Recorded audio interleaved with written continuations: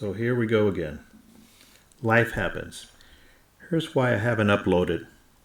Hey folks, I know it's been a minute since my last video, and I wanted to give you all an honest update.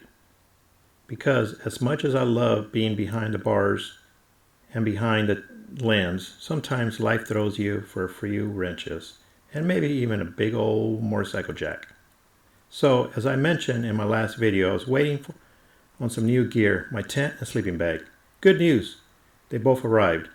The Big Angus tent showed up first, and despite the wind howling through the backyard like a freight train, I managed to get it pitched and tested out. I was feeling good, excited. Then I waited on the sleeping bag, and just when I thought I'd get for some gear testing and filming, bam! The flu hit me like a truck. I was out for a full week. Zero energy, hacking lungs, and all that NyQuil you can imagine. But I bounced back. Started feeling human again and was ready to roll.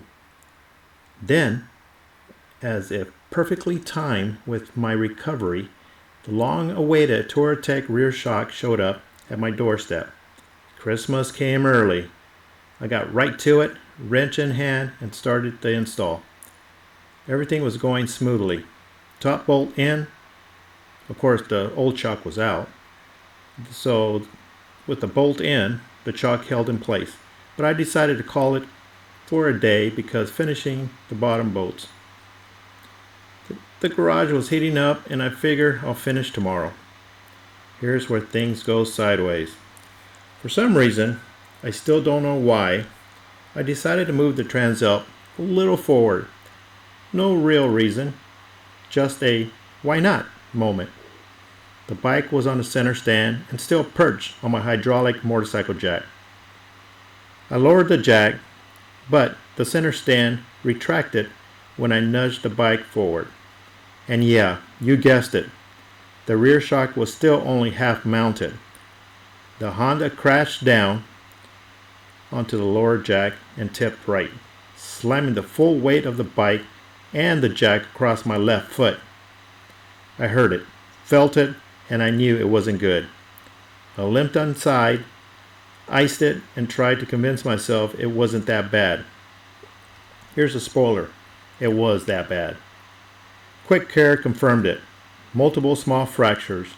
My big toe was smashed. Just my luck. So, I've been hobbling around, icing, elevating, and healing. Not ideal when you're supposed to be out testing your moto-camping setup, but I am not letting it stop me. I've been using this downtime to dehydrate my own meals, dial in my packing list, and think through everything I actually need for the Alaska journey and what I don't want.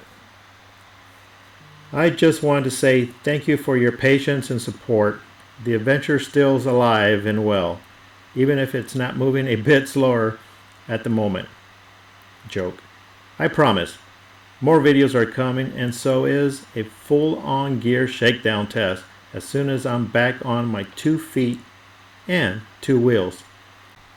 As you can see, this is where I'm installing my rear shock, and I'm just taking my time, monkeying around, finding the easier way to do things. And what I'm struggling with is reaching over, reaching under, and I finally decided, you know what, if I stand up, I can reach on both ends and crank down the bolt.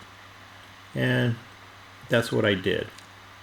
You know, this is video right there. It captures the pre-fall. I didn't capture the fall.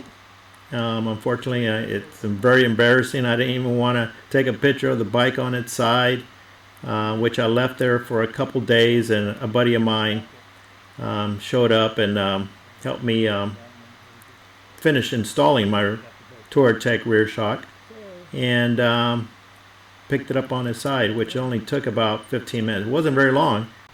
Well, this is me face out and face the road out there.